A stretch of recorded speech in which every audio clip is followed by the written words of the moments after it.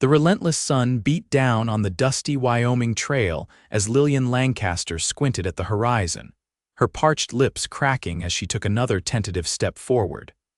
The water in her canteen had run dry hours ago, and Fort Bridger was still miles away.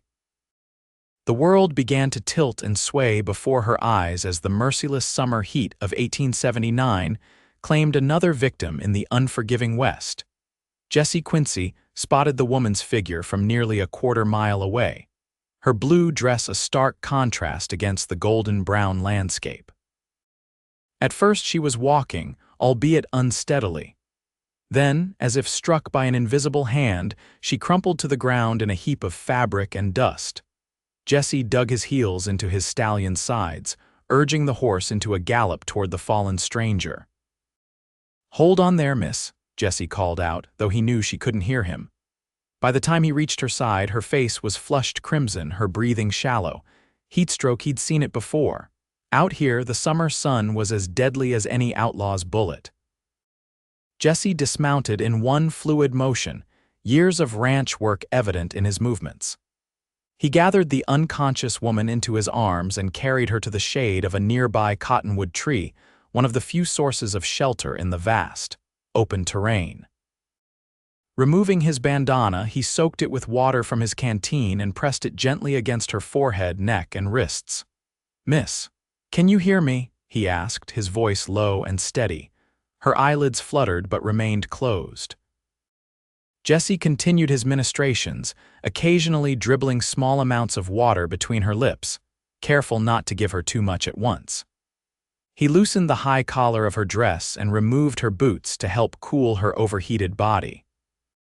Nearly an hour passed before Lillian regained consciousness, her hazel eyes blinking open to the sight of a stranger's concerned face hovering above her own. Where am I?" she whispered, her throat raw and painful.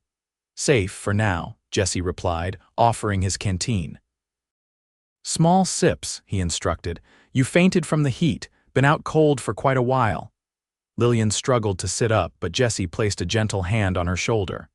"Best stay put until you're steady. The name's Jesse Quincy. I run cattle about 10 miles east of here." "Lillian Lancaster," she managed, her voice stronger after another cautious sip of water.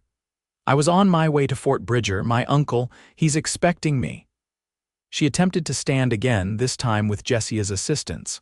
"Fort Bridger's still a fair piece away, Miss Lancaster." "You won't make it on foot in this heat, especially not in your condition." "I don't have much choice," Lillian replied, brushing dust from her skirt with trembling hands. "The stagecoach broke an axle about 5 miles back. The driver said it would be faster to walk ahead than wait for repairs." Jesse frowned. That driver ought to be horse-whipped, sending a lady out alone in this heat. He gestured to his horse, which stood patiently nearby. "Sundance and I can get you to town." Lillian hesitated, years of proper Boston upbringing warring with her desperate situation. "Mr. Quincy, while I appreciate your kindness, I hardly know you." Jesse's weathered face broke into a gentle smile, revealing a dimple in his right cheek. "Madam, out here, folks help each other because it's often the difference between living and dying, but I understand your caution." He reached into his saddlebag and produced a worn leather wallet from which he extracted a folded letter. "This here's from Sheriff Taylor in Fort Bridger, asking me to break horses for the county. You're welcome to read it." Lillian accepted the letter with a slightly embarrassed smile. "That won't be necessary, Mr. Quincy. I apologize for my rudeness." "No apology needed. Caution keeps people alive out here." Jesse whistled for Sundance, who trotted over obediently. "Can you ride?" "I've had some experience," Lillian admitted, though her idea of riding involved side saddles and gentle mares in Boston parks, not the powerful Western Mustang before her. Jesse nodded, seemingly satisfied. "I'll ride behind you, make sure you don't fall." "It's about 2 hours to Fort Bridger if we pace ourselves." With surprising strength for his lean frame, Jesse helped Lillian onto Sundance's back before mounting behind her. The impropriety of their arrangement wasn't lost on either of them, but practical necessity trumped social convention. "You said your uncle's expecting you." Jesse asked as they set off at a gentle trot, his arms on either side of Lillian as he held the reins, creating a secure cradle without actually embracing her. Yes, Uncle Thomas Lancaster. He owns the mercantile in Fort Bridger. Lillian found herself increasingly aware of the stranger's proximity, the steady rhythm of his breathing against her back oddly comforting. Tom Lancaster's your uncle? Well, I'll be. He's a good man, fair in his dealings. Helped me out when I first came to Wyoming. Jesse adjusted his hat, shielding both their faces from the sun. What brings a Boston lady out to Wyoming territory, if you don't mind my asking? Lillian stiffened slightly. How did you know I'm from Boston? Jesse chuckled. Your accent, your dress, those boots that aren't made for walking these trails. And folks around here know Tom's brother headed east years back, married a society lady from Massachusetts. Lillian relaxed, feeling oddly transparent. I'm here because I have nowhere else to go, she admitted after a moment of silence. My parents died of influenza last winter. The family home, my father's business, everything had to be sold to cover his debts. I'm sorry for your loss, Miss Lancaster, Jesse said softly, genuine sympathy in his voice. Thank you. Lillian swallowed hard, determined not to cry in front of this stranger. Uncle Thomas was kind enough to offer me a home. He wrote that he could use help with the store's bookkeeping. They rode in companionable silence for a while, Lillian gradually relaxing against Jesse's steady presence. The landscape rolled by, beautiful in its harsh way, sagebrush and prairie grasses swaying in the occasional breeze, distant mountains purple against the horizon. You mentioned cattle, Lillian said eventually, feeling the need to shift the conversation away from her circumstances. Do you have a large ranch? Jesse's laugh rumbled against her back. Hardly. Got about 60 head, a small cabin, and more dreams than dollars. But the land's mine, free and clear, and there's a creek that runs year-round. Out here, that's worth more than gold. How long have you been in Wyoming? 5 years now. Came west after the war, worked as a hand on the big spreads until I saved enough for my own place. Lillian turned slightly, curiosity overcoming her reserve. You fought in the war, Jesse nodded, his expression sobering. Union cavalry, enlisted at 18, saw things no man should see. He fell silent for a moment before adding, coming west was about starting fresh. Most folks out here don't much care which side you rode for, long as you work hard and deal straight. As they crested a rise, the small settlement of Fort Bridger came into view in the valley below. The fort itself stood as a reminder of earlier, more dangerous days, but around it, a proper town had developed. Wooden buildings lined a main street, with smaller homes scattered around the periphery. There it is, Jesse announced. Not exactly Boston, but it's home to some good people. Lillian studied the town with a mixture of apprehension and curiosity. It's quaint, Jesse laughed. That's a kind way of putting it. Town's growing though, got a school now, and Doc Williams moved in last year. Even have a small hotel for travelers heading to Salt Lake City or Montana. As they approached the outskirts of town, Lillian became increasingly aware of how they must appear to others, a young woman riding intimately with a man she'd just met. Mr. Quincy, perhaps I should walk from here. I wouldn't want to cause gossip. Miss Lancaster, gossip is about the only entertainment folks have out here in winter. Besides, your uncle knows me. Let him think what he will. Truth is, I helped a lady in distress, nothing more or less. Despite his reassurance, Lillian felt the stares as they rode down the main street. Women paused in their conversations, and men tipped their hats with knowing looks. By the time they reached Lancaster's mercantile, Lillian's face was flushed with embarrassment rather than heat. A portly man with a salt and pepper beard hurried out of the store as they approached. Lillian. Good heavens, child, I expected you on tomorrow's stage, Thomas Lancaster exclaimed, his face a picture of confusion as he helped his niece dismount. The stage broke down, Uncle Thomas, Lillian explained, smoothing her rumpled dress. Mr. Quincy found me on the trail after I became overwhelmed by the heat. Thomas's expression changed instantly from confusion to gratitude as he extended his hand to Jesse. "Quincy, I can't thank you enough. This girl is all the family I have left." Jesse dismounted and shook the older man's hand. "No thanks needed, Tom. Anyone would have done the same." "Nonsense. Not everyone would have stopped. Come in, both of you. Martha's just put on coffee and you look like you could use some refreshment." Inside the mercantile, the air was blessedly cool after the heat of the trail. The store was well stocked, shelves lined with everything from canned goods to bolts of fabric, farming implements to ammunition. A counter ran along one side, behind which a round-faced woman with kind eyes was arranging baked goods in a glass case. "Martha. Look who Jesse Quincy's brought us, my niece Lillian, a day early and half dead from the heat," Thomas announced. Martha hurried forward, clucking with concern. "You poor dear, sit down right here. I'll fetch you some cool water and something to eat." Lillian allowed herself to be guided to a chair, suddenly overwhelmed by the day's events. She glanced up to find Jesse watching her, his expression unreadable. "I should be going," he said, placing his hat back on his head. "Got chores waiting at home." "Nonsense," Thomas protested. "At least stay for a meal. It's the least we can do." Jesse hesitated, his eyes meeting Lillian's. Something unspoken passed between them, a connection neither could define.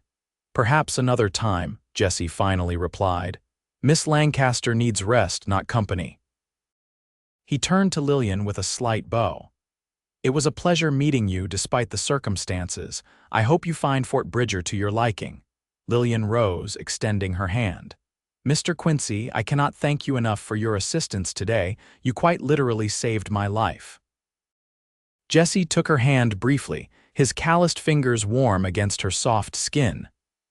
"Anyone would have done the same," he repeated, though both knew that wasn't necessarily true.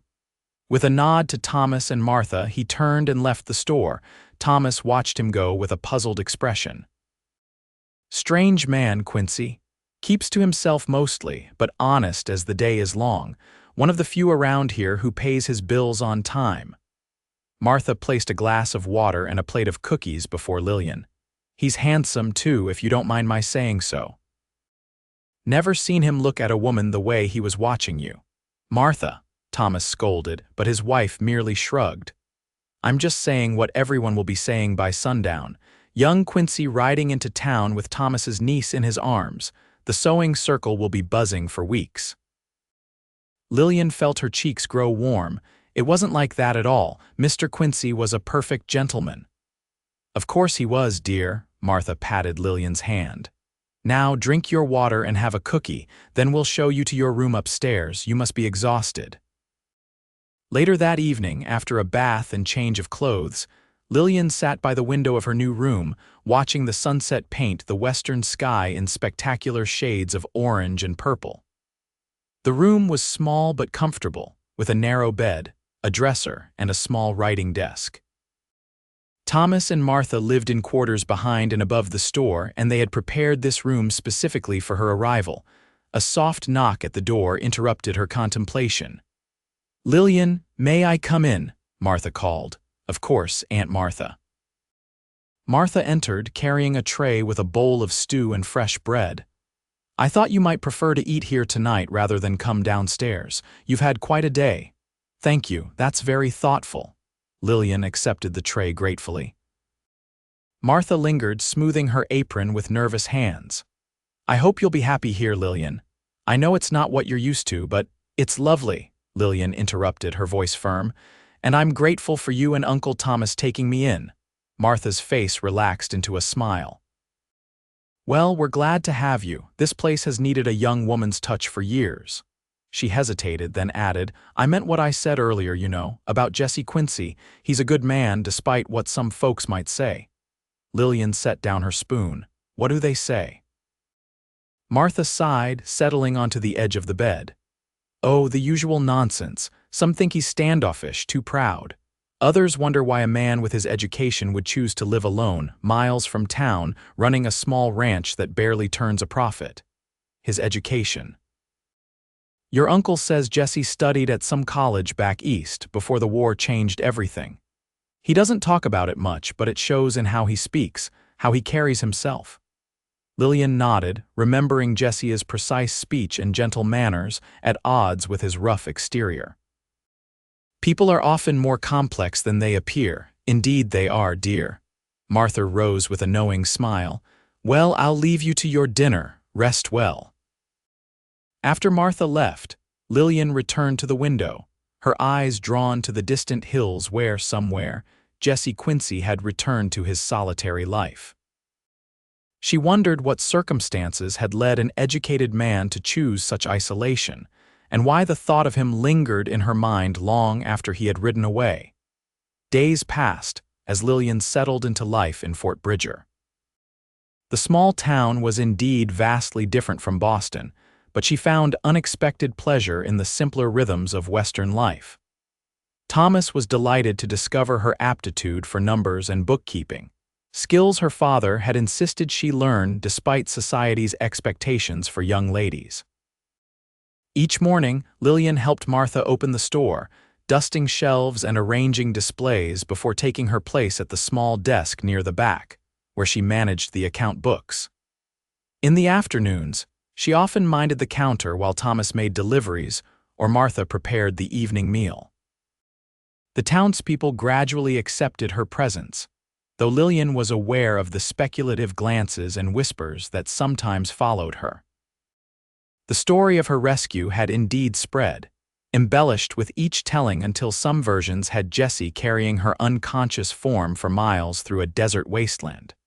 A week after her arrival, Lillian was sorting a new shipment of ribbons when the store's bell jingled. She looked up to find Jesse Quincy standing in the doorway, hat in hand, looking decidedly uncomfortable. "Mr. Quincy," she greeted him, surprised at the flutter in her chest. "What a pleasant surprise." Jesse nodded, his eyes taking in the changes to the store since his last visit, new displays and arrangements that showed a woman's influence.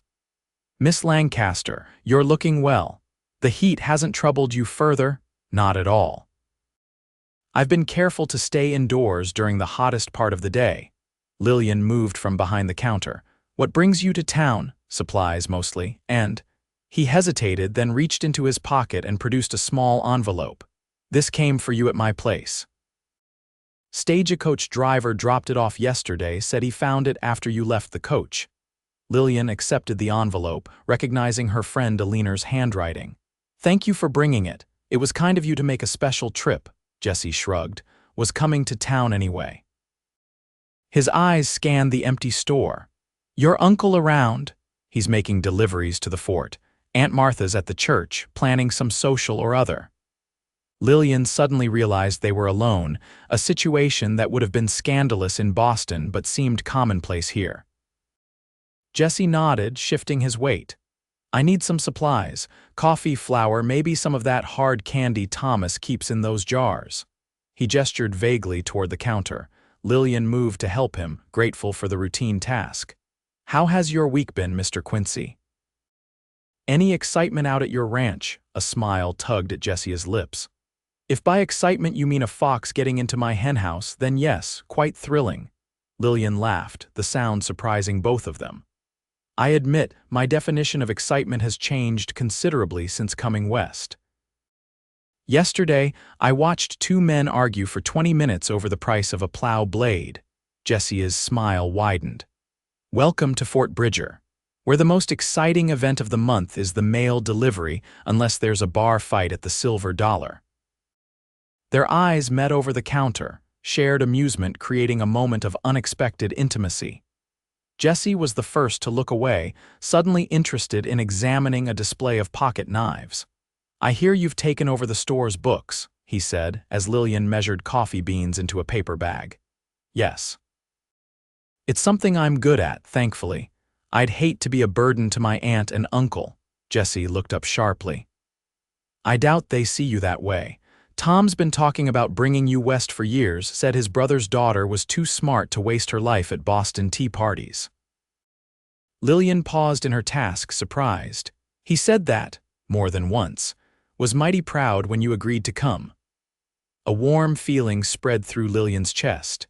She'd worried her uncle had offered her a home out of obligation, not genuine desire for her company. "What else do you need, Mr. Quincy?" she asked, focusing again on his order. Jesse listed several items, watching as Lillian moved efficiently around the store, gathering each one.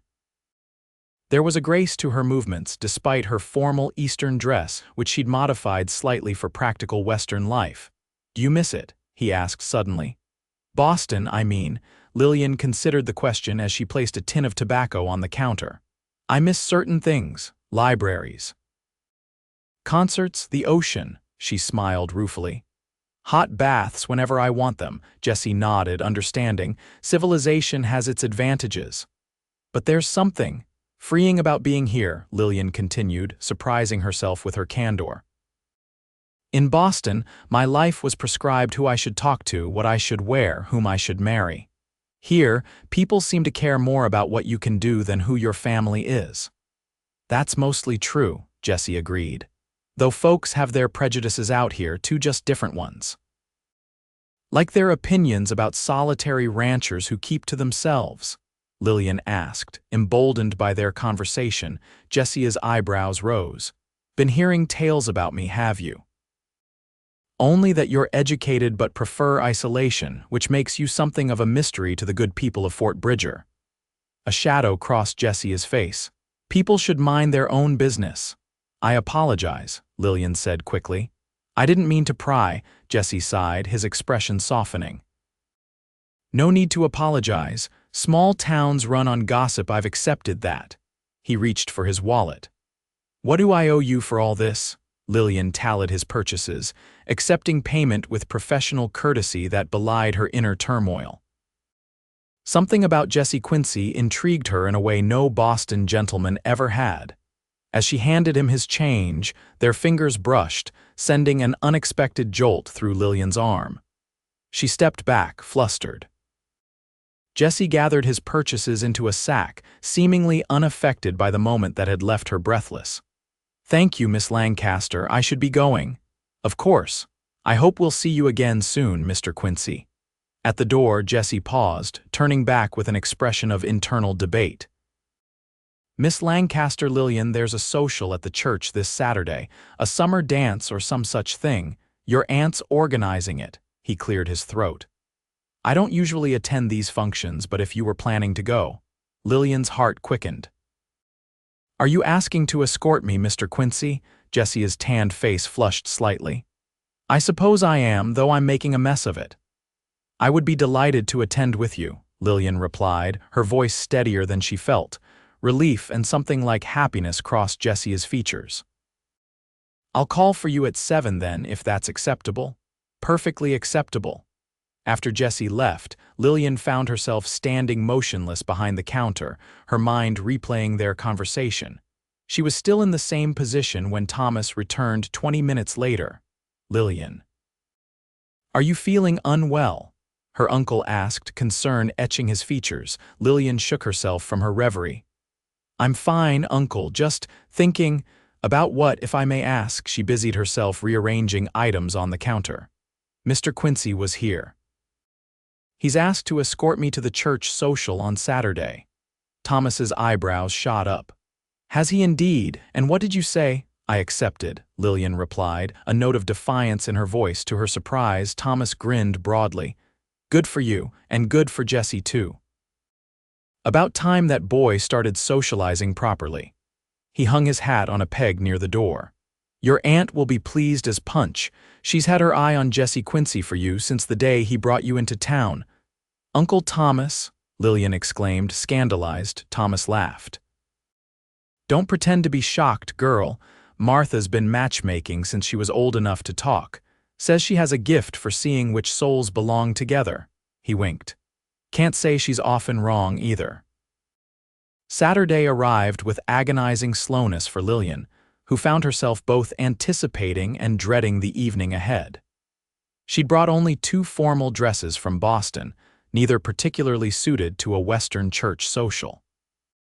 With Martha's help, she modified her blue silk, removing some of the excessive trim and adjusting the bustle to make it less ostentatious. "You look beautiful, dear." Martha assured her as she helped Lillian with the final touches. "Jesse won't know what hit him." "Aunt Martha, it's just a social," Lillian protested, though her careful attention to her appearance suggested otherwise. Martha merely smiled knowingly. "Of course it is, dear." At precisely 7 o'clock, a knock came at the door downstairs. Thomas, who had been pretending to read the newspaper while actually watching his niece's preparations with amusement, went to answer it. Lillian took a deep breath, checking her reflection one last time before descending the stairs.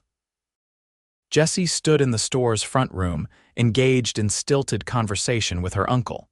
He wore a dark suit that, while not new, fit his tall frame well. His usually unruly brown hair was neatly combed, and he'd clearly visited the barber, his jaw clean-shaven. He looked up as she entered, and the admiration in his eyes made Lillian's breath catch. "Miss Lancaster," he greeted her, his voice low, "you look lovely." "Thank you, Mr. Quincy, you're quite handsome yourself." The words slipped out before Lillian could censor them, bringing a flush to her cheeks. Thomas cleared his throat loudly. "Well, you two should get going. Don't want to be late." He fixed Jesse with a stern look. "I expect my niece home at a reasonable hour, Quincy." "Yes, sir," Jesse replied seriously, though a hint of amusement flickered in his eyes. The church was only a short walk away, and the evening was pleasantly cool after the heat of the day.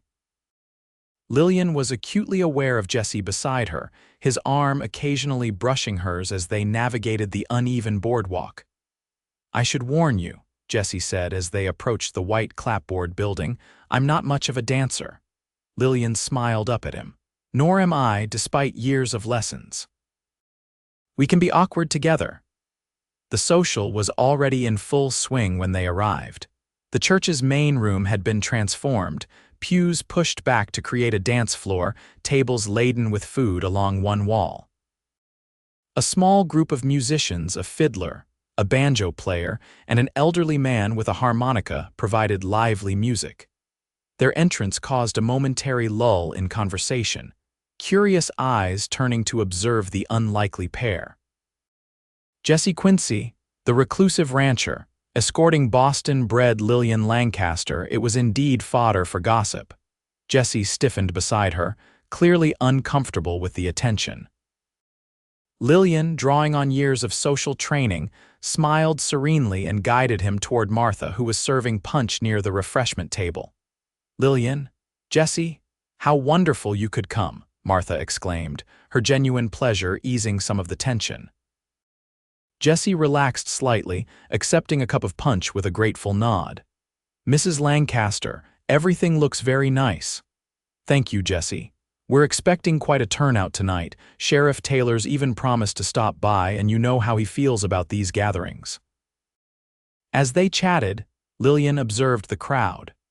Fort Bridger's residents represented a cross-section of Western life ranchers and their families, merchants, a few soldiers from the fort, even a group of young cowboys who'd ridden in specifically for the social. Women were notably fewer in number, making Lillian the object of several speculative male gazes.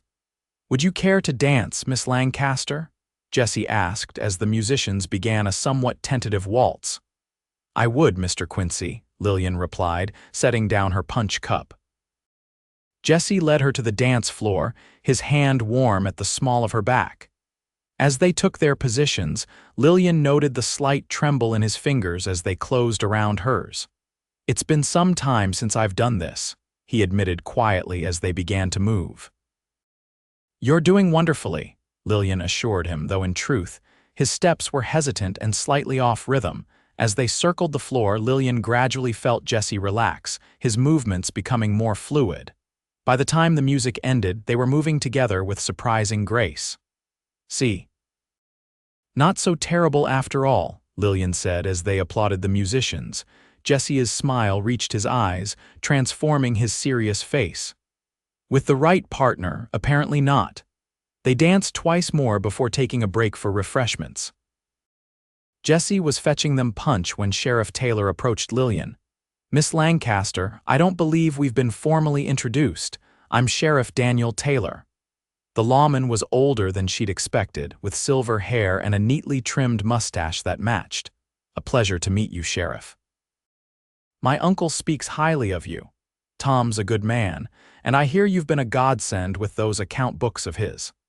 The sheriff's eyes drifted to where Jesse stood, engaged in conversation with the punch server.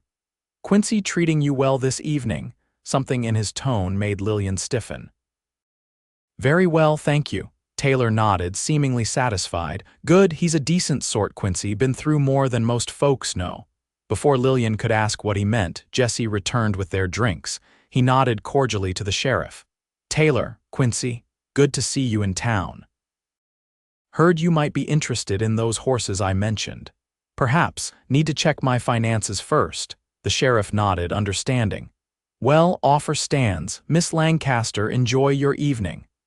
With a tip of his hat, he moved on to greet other guests. Jesse seemed relieved at his departure. "Taylor's a good man, but he asks too many questions." "He seems to think highly of you," Lillian observed. Jesse shrugged, uncomfortable with the observation. "We've had dealings. He's fair for a lawman." The musicians struck up a livelier tune, and several couples took to the floor for a spirited country dance. Jesse raised an eyebrow at Lillian. "Dare we attempt it?" Lillian laughed, setting down her punch. "Why not? Though I warn you, this is entirely outside my Boston dance experience." The dance involved changing partners frequently, and Lillian found herself passed from hand to hand, each new partner offering a friendly greeting or comment about her uncle's store. When she finally returned to Jesse, both were breathless and laughing.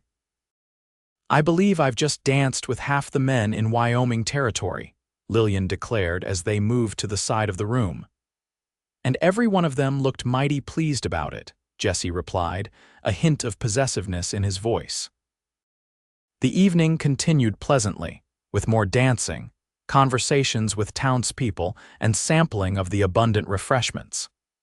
Lillian observed Jesse gradually becoming more at ease, even engaging in animated discussion with several ranchers about cattle prices.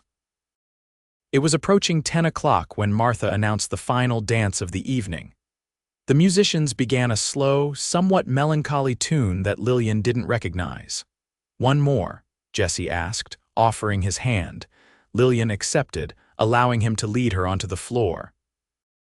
This time, Jesse held her closer than propriety strictly allowed, though still within the bounds of Western social standards, which Lillian was discovering were considerably more relaxed than those of Boston society.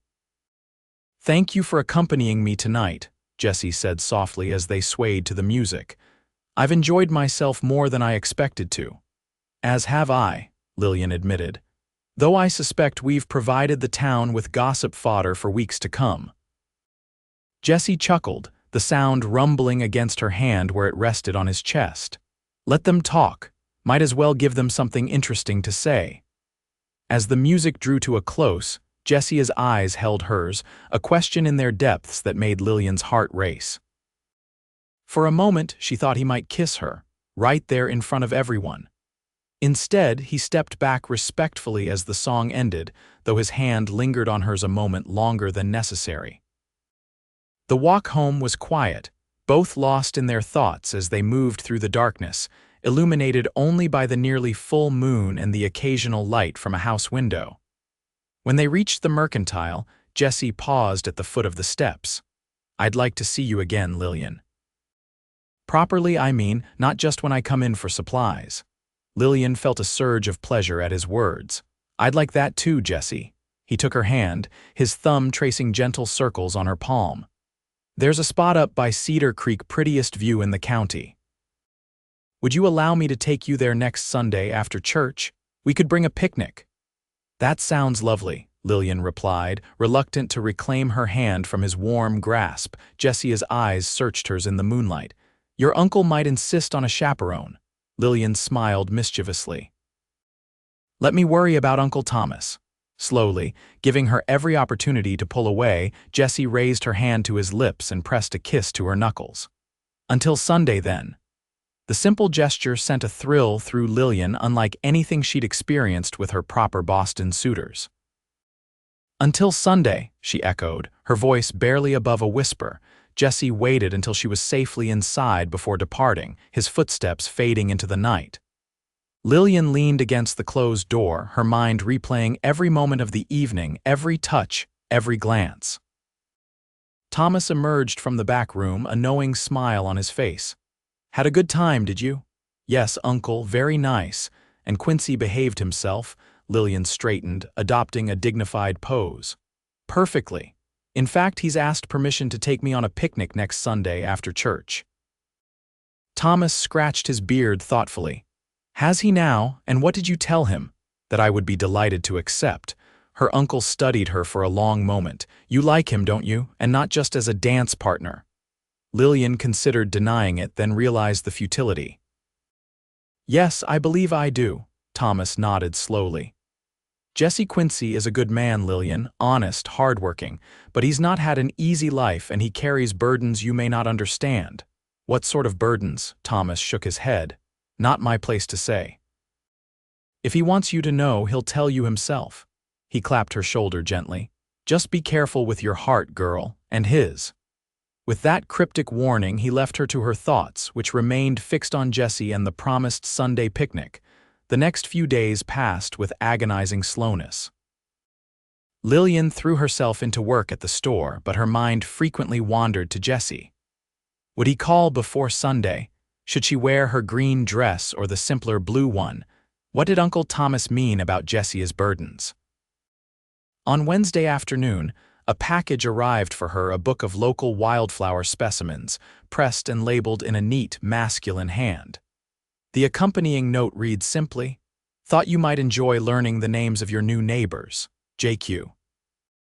Lillian traced her fingers over the careful illustrations, touched by the thoughtfulness of the gift. That evening, she wrote a thank you note, which Thomas promised to deliver the next time he passed near Jesse's ranch. Sunday finally arrived, clear and pleasantly warm. Lillian wore her blue dress with a lighter petticoat than usual, conceding to the practicalities of a countryside picnic. She attended church with Thomas and Martha, trying not to obviously search the congregation for Jesse. He arrived just as the service was beginning, slipping quietly into a pew near the back. Their eyes met briefly before Lillian turned her attention to Reverend Johnson's sermon on patience, a virtue she was finding increasingly difficult to practice. After the service, as congregants mingled outside the church, Jesse approached, looking handsome in a clean white shirt and dark trousers, his hat held respectfully in his hands. "Miss Lancaster," he greeted her formally, aware of the curious eyes around them. "I hope you're still available for our outing." "Indeed, Mr. Quincy. I've been looking forward to it." Martha appeared at Lillian's elbow, carrying a wicker basket. "I've packed some fried chicken, biscuits, and apple pie," she announced, handing the basket to Jesse with a wink. "Enough for 2 hungry people." "That's very kind, Mrs. Lancaster," Jesse replied, clearly touched by her support. Thomas joined them, his expression a mixture of concern and resignation. "You'll have her back before dark, Quincy?" "Yes, sir. We'll be at Cedar Creek, about 5 miles north." "Easy riding." Thomas nodded, apparently satisfied. "Lillian's not used to long rides. Don't tire her out." "Uncle Thomas," Lillian protested, embarrassed by his protective tone. Jesse, however, seemed to understand.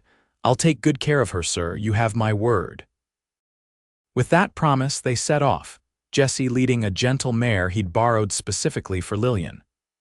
As soon as they were out of town, the tension in Jesse's shoulders visibly eased. "Your aunt and uncle are good people," he commented as they rode side by side along a well-worn trail. "They are," Lillian agreed, "though I fear Aunt Martha is already planning our wedding."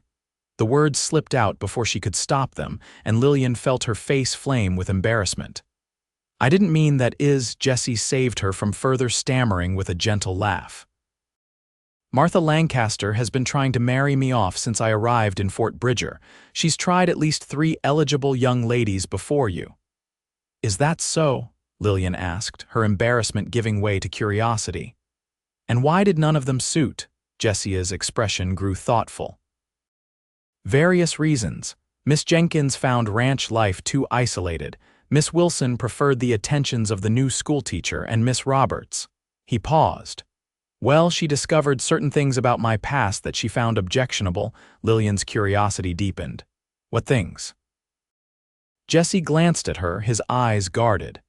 Perhaps we should save that conversation for another time. Today is too fine for heavy topics. Though disappointed, Lillian nodded her agreement.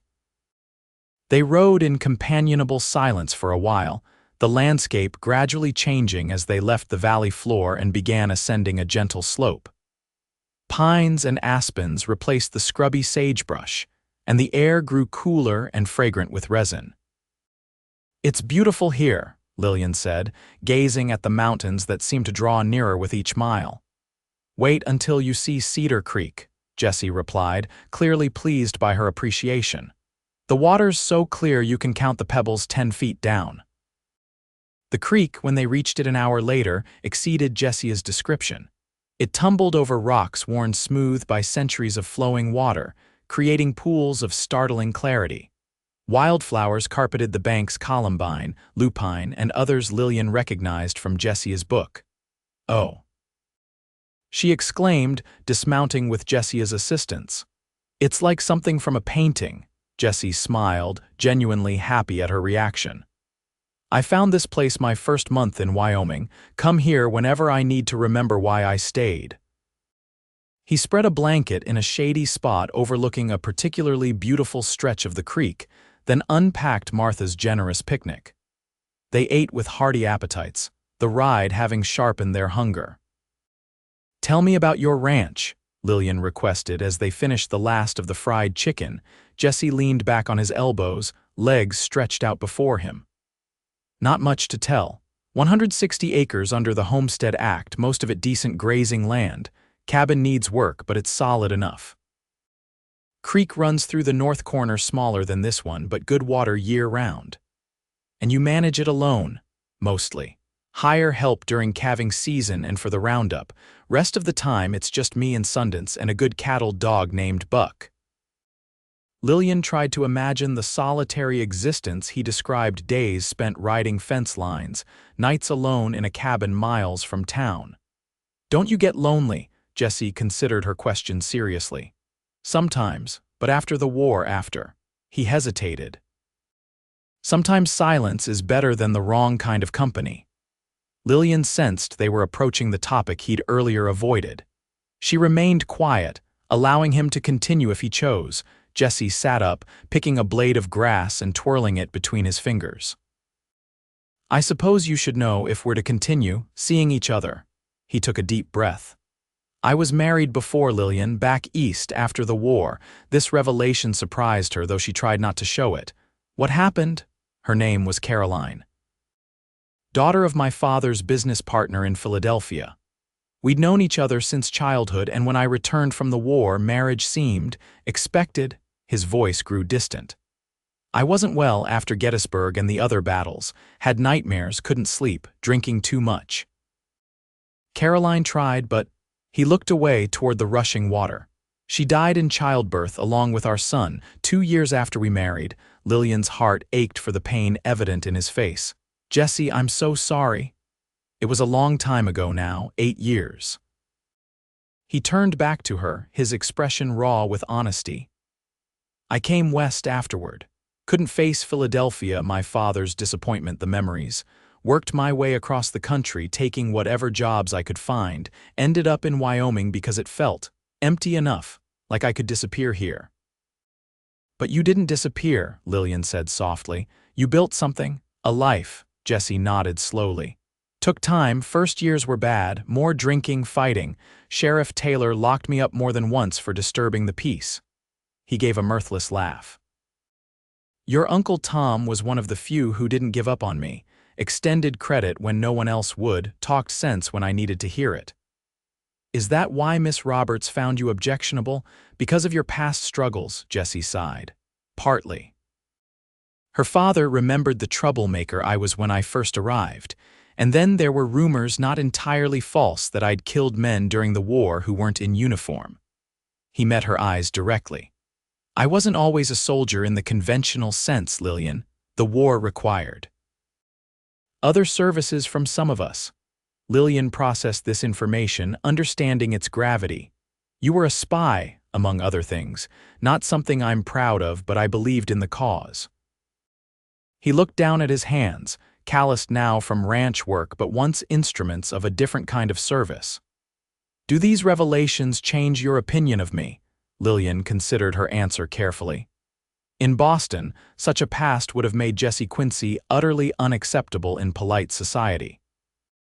But Boston was thousands of miles away, and the man before her had shown her nothing but kindness, respect, and honesty. No, she finally said. They don't change my opinion, they help me understand you better, but they don't change who you are now. Relief washed over Jesse's features. You're an extraordinary woman, Lillian Lancaster. Perhaps I simply recognize that people are more than their past mistakes or circumstances, she replied. In Boston, I would have been judged harshly for my father's financial failures, despite having no part in them. Jesse nodded, understanding. The West isn't perfect, but it does offer second chances to those willing to work for them. They fell silent, the only sound the rushing creek and occasional birdsong. Jesse eventually stood, offering his hand to help Lillian up. There's something else I'd like to show you, if you're not too tired. Lillian accepted his hand, noting how he didn't immediately release it after she stood. Lead the way. They left the horses' ground tied near the picnic site and walked upstream for about 10 minutes. The path narrowed, forcing them to proceed single file, Jesse occasionally reaching back to assist Lillian over rough patches. Just through here, he said, guiding her through a stand of aspens. They emerged onto a rock outcropping that offered a spectacular view of the valley below. Fort Bridger was visible in the distance, a tiny collection of buildings nestled in the vast landscape. Beyond it, mountains rose in successive ranges, their peaks still snow-capped despite the summer heat. Oh, Lillian breathed, overwhelmed by the majesty before her. It's magnificent. Jesse watched her reaction with evident pleasure. Worth the climb, absolutely. Lillian moved to the edge of the outcropping, where a natural stone bench had been formed by ancient geological processes. She sat, patting the space beside her in invitation. Jesse joined her, their shoulders touching slightly as they gazed at the panorama. I come here to think, he admitted. To remind myself how small my problems are compared to all this. Lillian nodded, understanding the sentiment perfectly. In Boston, it's easy to believe that social standing and material success are the measure of a person. Out here, she gestured to the vast wilderness. Out here, those things seem trivial. They are trivial, Jesse agreed, though I wouldn't mind a bit more material success. His tone was light, but Lillian sensed an underlying concern. Is the ranch not doing well? Jesse sighed. It's surviving. Last winter was hard, lost more calves than I could afford. This summer's been dry, meaning less grass for grazing. I'll make it through, but… He shrugged. Ranching's always a gamble. Lillian hesitated, then asked the question that had been forming in her mind. With your education, why choose ranching? Surely there were other opportunities, even out west. Fair question, Jesse acknowledged. Truth is, after the war, after Caroline, I needed physical work, something that would exhaust me enough to sleep without nightmares. And I needed space, lots of it. He smiled ruefully. A law office or mercantile wouldn't have provided either. And now, do you still need those things? Jesse turned to her, his eyes searching hers. Not as much as I once did. Time heals, or at least scars over the wounds. He paused, then added quietly, and recently I've found myself thinking that isolation might not be what I want for the rest of my life. The implication hung between them, unspoken but clear. Lillian's heart quickened as Jesse's gaze dropped to her lips, then back to her eyes, asking a silent question. Jesse, she whispered, uncertain what she meant to say. He leaned forward slowly, giving her ample time to retreat if she wished. But Lillian remained still, her eyes closing as his lips touched hers gently at first, then with growing confidence as she responded to the kiss. It was brief but profound. a connection that transcended the short time they'd known each other. When Jesse pulled back, his expression was a mixture of wonder and concern. "I shouldn't have done that," he said, though his eyes suggested he didn't regret it. "I'm glad you did," Lillian replied honestly. "I've been wondering what it would be like," Jesse laughed, surprised by her candor. "And did the reality meet your expectations?" "Exceeded them," Lillian admitted, feeling bold in a way she never had in Boston. Though further investigation might be warranted for scientific certainty. Jesse's eyes darkened at her teasing words.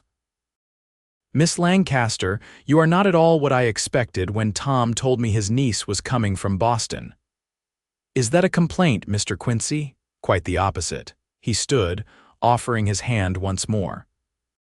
"But if I kiss you again right now, I might not stop, and I promised your uncle to have you home before dark."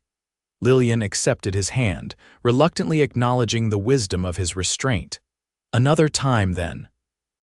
"Count on it," Jesse replied, his voice carrying a promise that sent a pleasant shiver down Lillian's spine. They returned to their picnic site and packed up Martha's basket before mounting their horses for the return journey. The ride back to Fort Bridger was filled with comfortable conversation and occasional companionable silences, both of them aware that their relationship had fundamentally changed with that single kiss.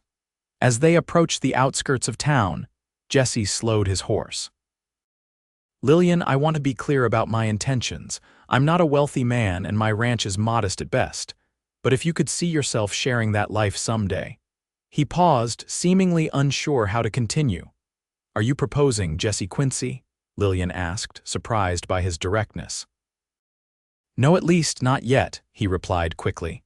"That would be premature. I'm merely stating possibilities. If you find them unappealing, better to know now." Lillian considered her response carefully. "I've never milked a cow or collected eggs or cooked over a wood stove." "I might be terrible at ranch life."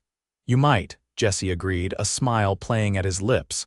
"But I'm willing to learn," Lillian continued, "and I find these possibilities quite appealing."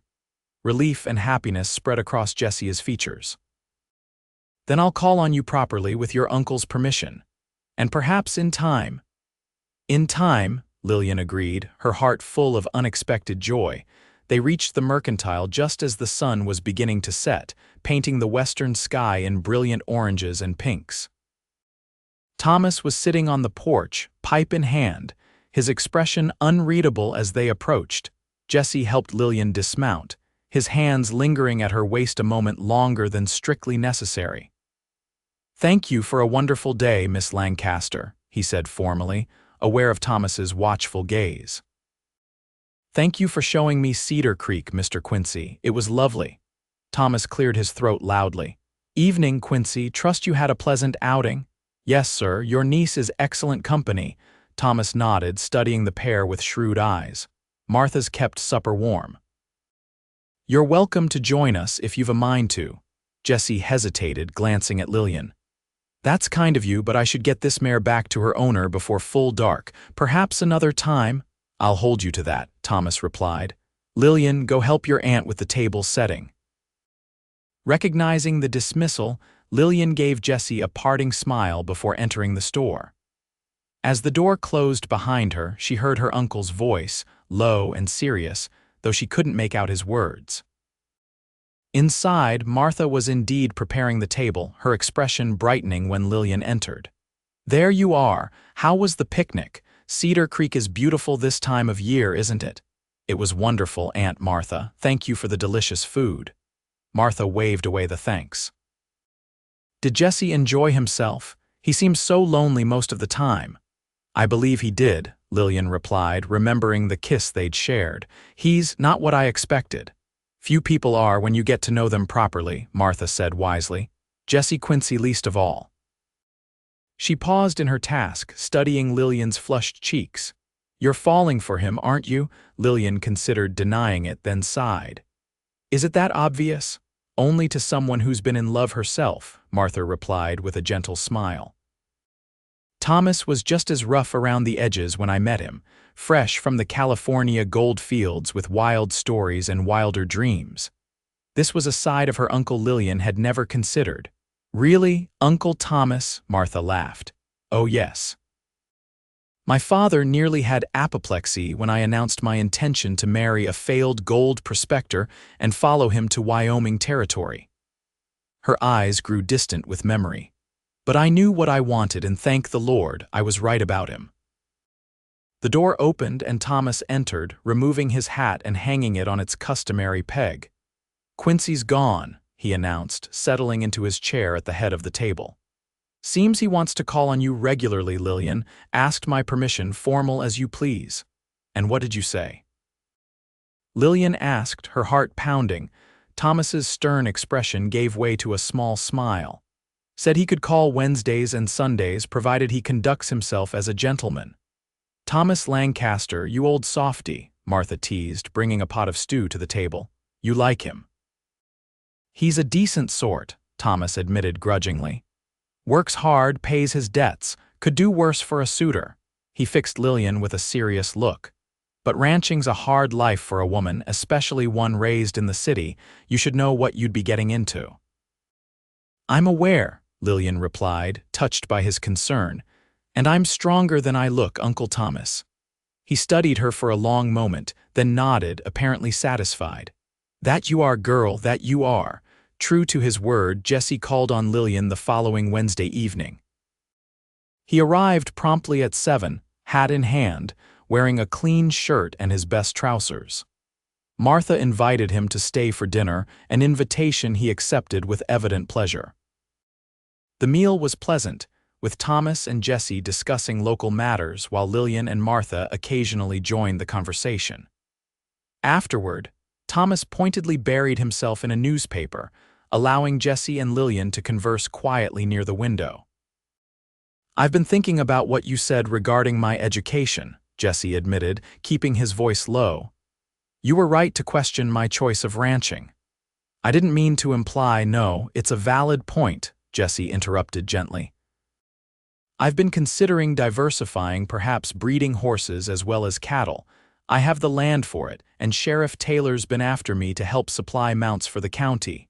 Lillian's face brightened. "That sounds promising. It would mean more work initially, but potentially better returns." And he hesitated. "I've also been thinking about building a new house. The cabin's serviceable for a single man, but it's hardly suitable for—" He trailed off, color rising in his cheeks. "For a family," Lillian supplied, her heart skipping. "Yes," Jesse admitted. "Though that's presumptuous of me, given how recently we've become acquainted." Lillian smiled, touched by his transparency. "I find your presumption rather charming, Mr. Quincy." Their conversation continued in this vein until Thomas loudly cleared his throat, announcing that it was getting late. Jesse took the hint, rising to depart with obvious reluctance. "Sunday, then," he confirmed as Lillian walked him to the door. "After church." "I'll look forward to it," she replied. At the threshold, hidden from Thomas and Martha's view by the partially closed door, Jesse quickly pressed a kiss to Lillian's hand. "So will I," he murmured before disappearing into the night. The following weeks established a pattern. Jesse called on Wednesdays for dinner and took Lillian riding or walking after church on Sundays. They discovered shared interests in literature and music, and Jesse proved to have a keen mind for business despite his chosen occupation. Lillian, for her part, began learning about ranch life in earnest. She borrowed books from Reverend Johnson's modest library and asked endless questions of anyone with knowledge of cattle or Western housekeeping. Martha taught her to make sourdough bread and preserve vegetables, skills Lillian had never needed in Boston but which would be essential on a remote ranch. By mid-August, their courtship was the accepted talk of Fort Bridger. Most approved, seeing the positive changes in Jesse since Lillian's arrival. A few questioned the suitability of an Eastern lady for ranch life, but such concerns were generally voiced out of Lillian's hearing. On a particularly beautiful Sunday in late August, Jesse arrived at the Mercantile with an unexpected proposal. "I'd like to show you the ranch," he said after church. "If your uncle and aunt approve, of course." Thomas frowned slightly. That's a fair distance, Quincy, too far for a day trip. I've thought of that, Jesse replied. Mrs. Wilson from the next property has agreed to act as chaperone.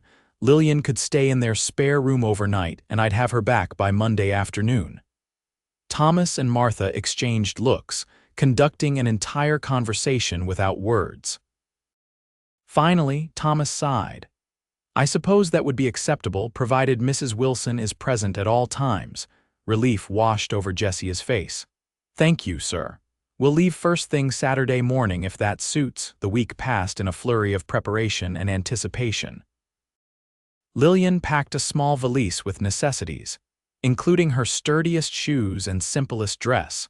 Knowing that the visit would involve more than polite conversation in a parlor, Saturday dawned clear and cool, autumn already hinting in the crispness of the air.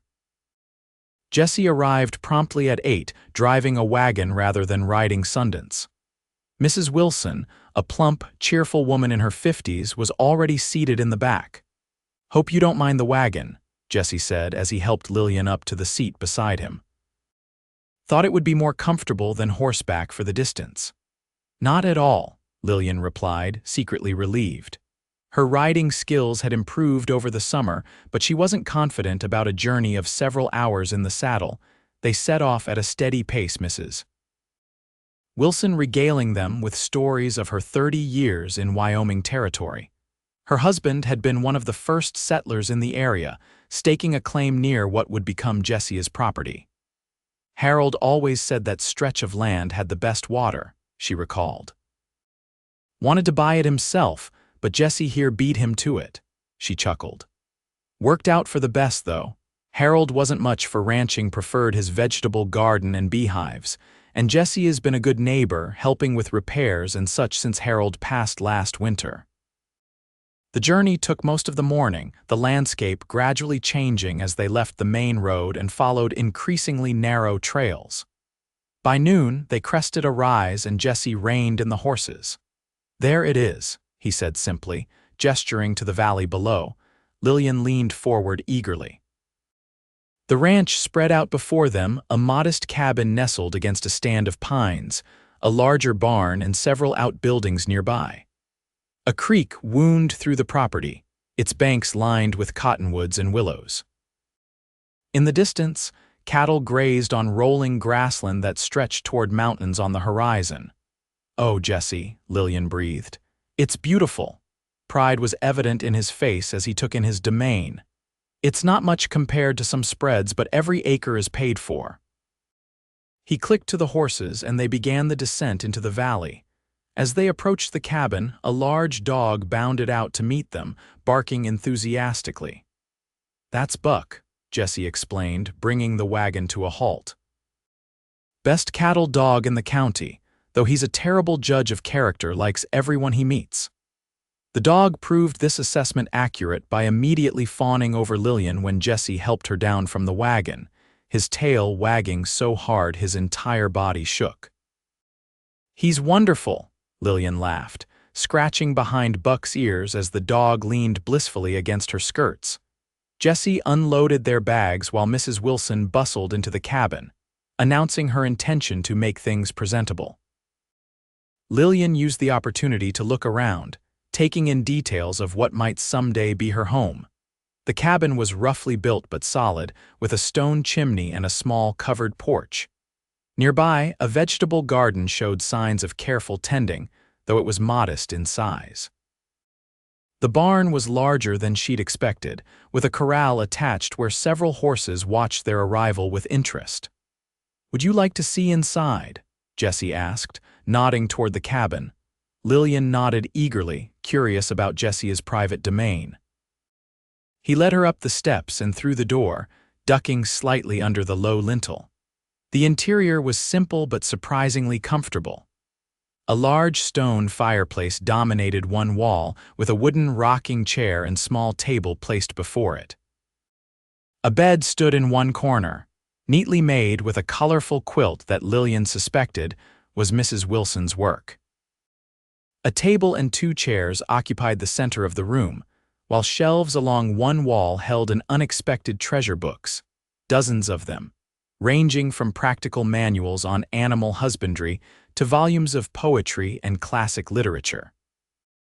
"You have quite a library," Lillian observed, running her fingers along the spines. "Books travel better than furniture," Jesse replied with a smile. "Most of these came west with me, the rest I've acquired over the years when traders come through. Mrs. Wilson emerged from the small lean-to kitchen, wiping her hands on her apron. "It's modest, but clean," she declared. "I've put fresh sheets on Jesse's bed for myself. You'll take the Wilson place tonight, Lillian." "Thank you, Mrs. Wilson," Lillian replied, touched by the woman's matter-of-fact kindness. "Now then," Jesse said, clearly eager to show Lillian more of his property, "shall we have a tour before lunch? Mrs. Wilson brought provisions, and I thought we might eat by the creek." The next few hours were a revelation for Lillian. Jesse showed her the barn first, introducing her to Sundance and the other horses, 2 sturdy mares used for ranch work, and a promising colt Jesse was training for eventual sale. The cattle were mostly out to pasture, but a few calves lingered in a pen near the barn, curious about the visitors. "They're the late bloomers," Jesse explained, reaching over the fence to scratch one calf's head. "Need extra attention to make sure they're strong enough before winter." From there, they walked to the creek, a beautiful stretch of water that meandered through the property. Willows dipped their branches into the current, creating dappled shade along the banks.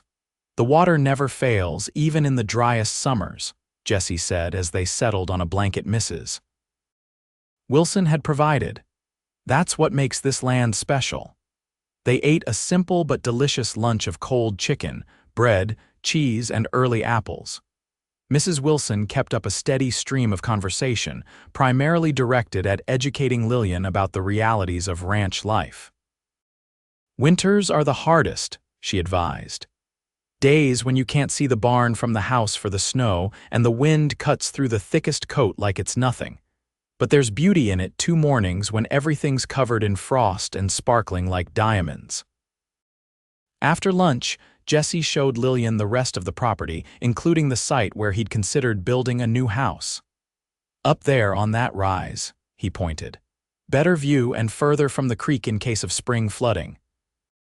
Lillian could picture it a proper house with glass windows and perhaps a small parlor where books could be read on winter evenings. The vision was unexpectedly appealing, despite its difference from everything she'd known in Boston. They returned to the cabin as afternoon waned, finding that Mrs. Wilson had prepared a hearty stew for dinner.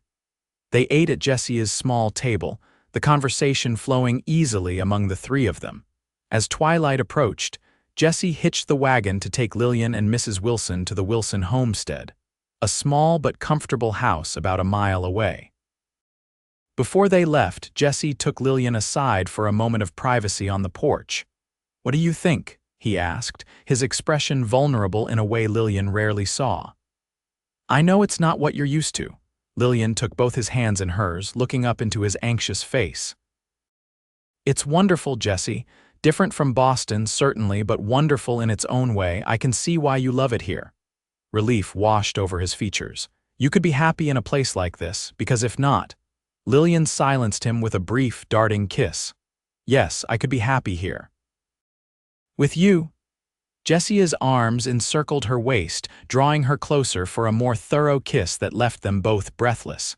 They broke apart at the sound of Mrs. Wilson clearing her throat pointedly from the wagon.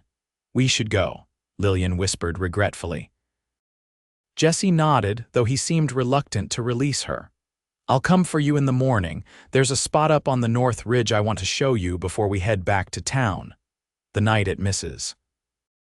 Wilson's was comfortable, though Lillian found sleep elusive, her mind filled with images of the day and possibilities for the future. By morning, she had reached a decision, one that both thrilled and terrified her. Jesse arrived shortly after breakfast, his face lighting up at the sight of her. They bid farewell to Mrs. Wilson, who insisted on staying behind to tidy up a few things at Jesse's cabin, giving them the privacy of the return journey together. As promised, Jesse took a detour to the North Ridge, a beautiful overlook that provided a view of the entire ranch and valley beyond. They stood in comfortable silence for several minutes, taking in the scenery. Finally, Jesse turned to Lillian, his expression serious. "Lillian, I know we haven't known each other long, but I've never been more certain of anything in my life." He took her hands in his. "I love you. I think I've loved you since the moment you opened your eyes under that cottonwood tree." Lillian's heart soared at his declaration. "I love you too, Jesse. I didn't expect to find love in Wyoming territory, but I'm very glad I did." Jesse's face broke into a radiant smile. "Then marry me. Be my wife, my partner in this life I'm building." He gestured to the ranch spread out below them. "It won't be easy and there will be hardships, but I swear I'll do everything in my power to make you happy." "Yes," Lillian replied without hesitation. "Yes, I'll marry you." Joy transformed Jesse's features as he pulled her into his arms, his kiss conveying all the emotion words couldn't express. When they finally separated, both were breathless and laughing. "We should probably discuss practical matters," Lillian said, ever sensible despite her happiness. "When?" "Where my aunt will want to help with arrangements." Jesse brushed a strand of hair from her face, his touch gentle. "I was thinking before winter sets in. October, perhaps. Time enough for preparations, but before the snow makes travel difficult." "October," Lillian repeated, calculating quickly. "That's only 6 weeks away." "Too soon?" Jesse asked, suddenly concerned. Lillian shook her head, smiling. "No, it's perfect. Just enough time for Aunt Martha to sew a wedding dress and for Uncle Thomas to come to terms with giving me away." They sealed the agreement with another kiss before reluctantly mounting the wagon for the return journey to Fort Bridger. The trip passed quickly, both of them discussing plans and dreams for their shared future. Thomas took the news of their engagement with feigned gruffness that didn't conceal his approval. Martha was openly delighted, immediately beginning lists of necessary preparations for an October wedding. The following weeks were a whirlwind of activity. Jesse rode into town more frequently, often staying for dinner, and working alongside Thomas on improvements to the cabin: a larger window, shelves for Lillian's belongings, a proper cookstove to replace the open fireplace. Lillian divided her time between helping Martha with wedding preparations and continuing her education in Western housekeeping. She learned to make soap, canned vegetables for winter, and even practiced shooting with a rifle, a skill Jesse insisted would be necessary on the ranch. News of the engagement spread quickly through Fort Bridger. Most reactions were positive, though a few expressed concern about Lillian's suitability for ranch life. Sheriff Taylor, who had become something of a friend to the couple, silenced such doubts at a town gathering. "I've known Jesse Quincy at his worst and at his best," the sheriff announced after proposing a toast to the engaged pair. "And I can say without reservation that he's at his best with Miss Lancaster by his side. As for her adapting to ranch life, well, any woman who can walk 5 miles in Wyoming heat has the kind of determination that makes for a successful pioneer." The wedding was set for October 15th, to be held in the Fort Bridger Church with Reverend Johnson officiating. Martha outdid herself with Lillian's dress, transforming one of Lillian's Boston gowns with clever alterations and the addition of lace she'd been saving for a special occasion. As the day approached, Lillian found herself increasingly excited rather than nervous. Her only regret was that her parents couldn't be present to witness her happiness. The morning of the wedding dawned clear and crisp, with just enough chill in the air to hint at the winter to come.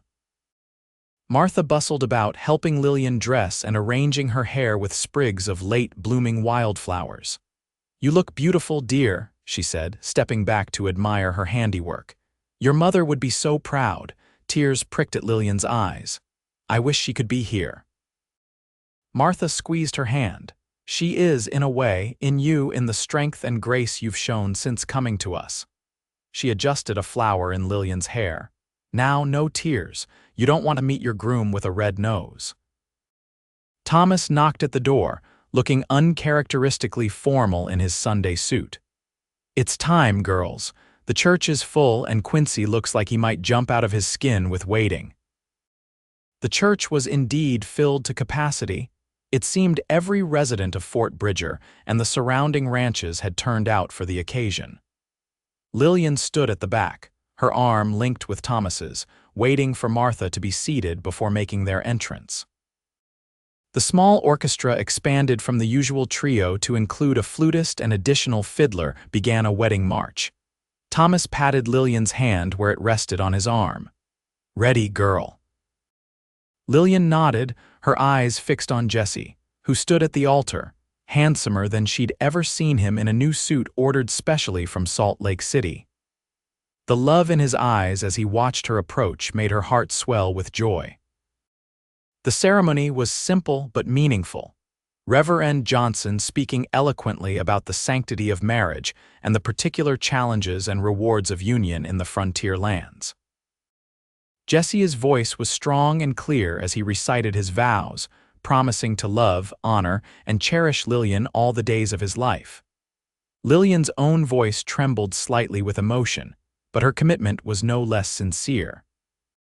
When Jesse slipped a gold band onto her finger, his mother's ring, sent from Philadelphia at his request, and Reverend Johnson pronounced them husband and wife, Lillian felt a sense of rightness and belonging unlike anything she'd experienced before. The celebration afterward was held in the town hall, decorated festively with autumn flowers and ribbons. Tables groaned under the weight of food contributed by nearly every family in Fort Bridger, and a barrel of cider had been tapped for toasts. Sheriff Taylor, acting as master of ceremonies, called for silence as Thomas rose to address the gathering. "Never thought I'd see the day Jesse Quincy settled down," he began, prompting laughter from the crowd. "And certainly never imagined he'd manage to win a refined lady like my niece. But watching them together these past months, I've come to believe they were meant to find each other." He raised his glass. "To Jesse and Lillian Quincy, may your life together be as strong and enduring as the mountains, and may your love flow as constant as Cedar Creek. To Jesse and Lillian." The crowd echoed, glasses raised high. The celebration continued well into the evening, with dancing and storytelling and more food than even the substantial gathering could consume. As the hour grew late, Jesse found Lillian sitting with a group of women discussing plans for the Quilting Circle's winter projects. "Mrs. Quincy," he said, offering his hand. "Might I have this dance?" Lillian rose, a thrill running through her at her new name. "You may, Mr. Quincy." They moved to the dance floor, Jesse drawing her closer than propriety typically allowed, but tonight as newlyweds they were granted certain liberties. "Happy?" he asked softly as they swayed to the music. "Completely," Lillian replied, resting her head against his chest. "Though I'm also looking forward to going home." Jesse's arms tightened around her. "As am I, though I should warn you I've arranged a surprise." Lillian looked up, curious. "What sort of surprise? You'll see," Jesse replied with a mysterious smile. An hour later, amid cheers and well wishes, Jesse and Lillian departed in a wagon decorated with ribbons and flowers by the town's children. Rather than heading immediately to the ranch, however, Jesse directed the horses toward the Fort Bridger Hotel. "The hotel?" Lillian questioned, puzzled. Jesse nodded. "I thought our first night as husband and wife deserved something special. Sheriff Taylor helped arrange at the hotel's finest room with a proper bed and hot water for a bath." "That's very thoughtful," Lillian replied, touched by his consideration. "We'll head to the ranch tomorrow," Jesse continued. "I've stocked provisions for the week, so we needn't come to town, a proper honeymoon of sorts." The hotel owner greeted them personally, leading them to a large corner room that had indeed been prepared with care. A fire burned in the grate, warming the space, and a copper tub stood behind a screen, steam rising from the water. "Best wishes to you both," the owner said, backing out of the room with a knowing smile. Alone at last, Lillian and Jesse stood regarding each other with sudden shyness, the reality of their new relationship finally sinking in. "I'm not quite sure what to do now," Lillian admitted with a small laugh. Jesse stepped closer, taking her hands in his. "We can start with this," he said, bending to kiss her with a passion he'd restrained in public. Lillian responded eagerly, her arms winding around his neck as she pressed closer. Later, much later, they lay tangled together in the hotel's feather bed, the moonlight streaming through the window casting silver patterns on the blankets. Jesse traced idle patterns on Lillian's bare shoulder, his expression contemplative.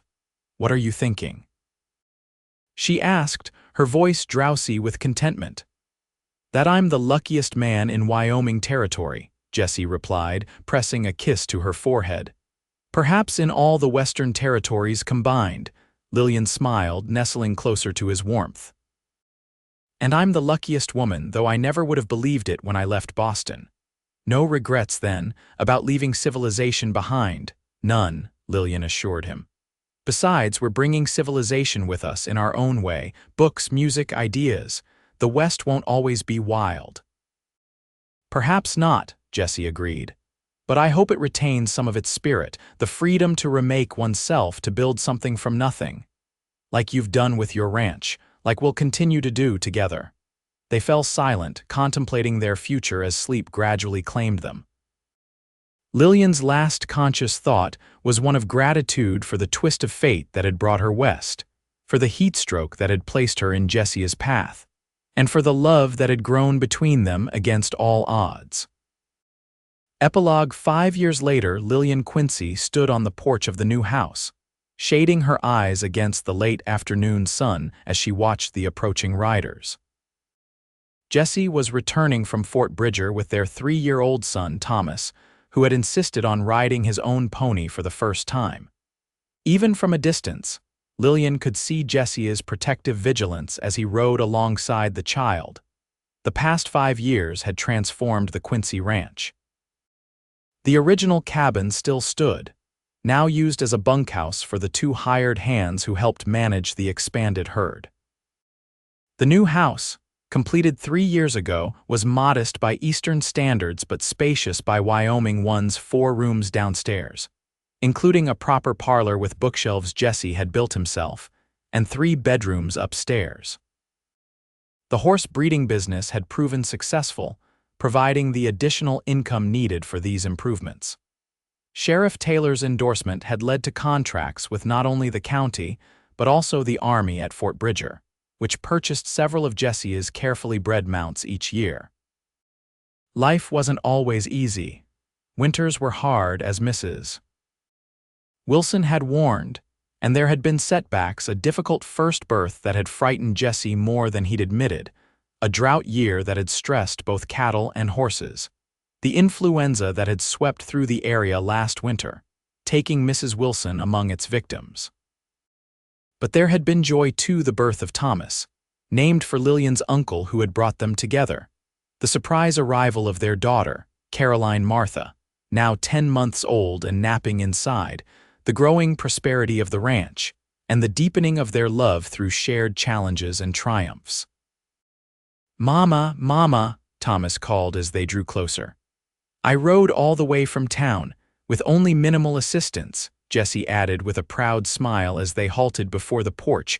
Lillian descended the steps to help her son dismount, though he was determined to do it himself. "What a big boy you are. Soon you'll be helping Papa with the cattle drive." "Papa said I can come next year," Thomas announced, his small face serious beneath his miniature. Cowboy had a gift from Sheriff Taylor on his 3rd birthday. Jesse dismounted, leading both horses toward the barn. "I said we'd discuss it next year, partner. That's not quite the same thing." Thomas ran ahead to the house, eager to tell his sleeping sister about his adventure, though Lillian had warned him repeatedly that babies couldn't understand such stories. Jesse returned from settling the horses, washing his hands at the pump before joining Lillian on the porch. "How was your day?" he asked, slipping an arm around her waist. "Peaceful once you took our chatterbox to town," Lillian replied with a smile. "Caroline actually napped for 3 hours straight. I finished that article for the Fort Bridger Gazette."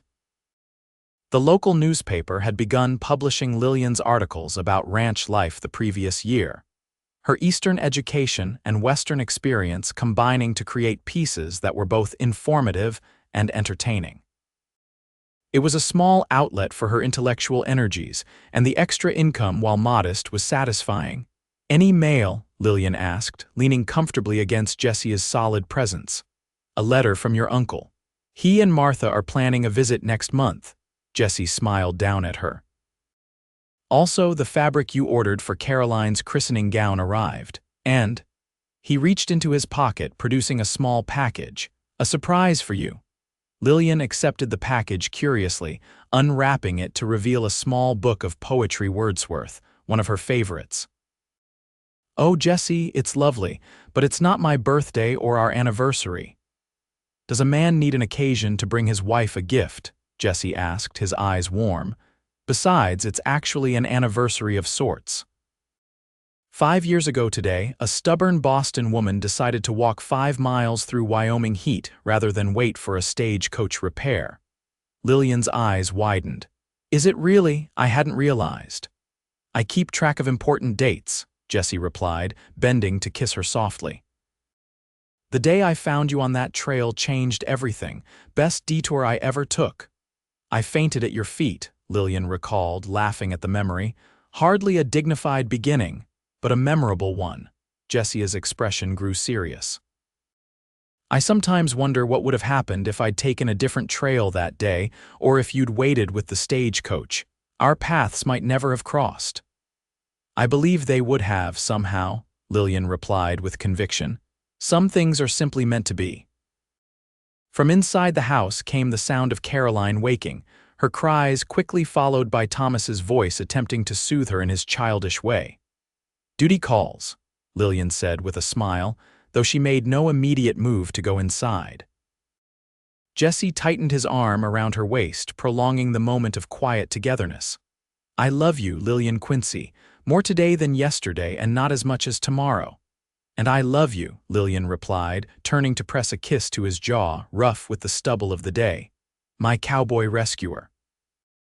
Together, they entered their home, ready to face whatever adventures the Wyoming territory still had in store for them. Secure in the knowledge that they would face them as they had faced everything since that fateful day on a dusty road together. With love and determination, building a life neither had imagined but both now cherished beyond measure.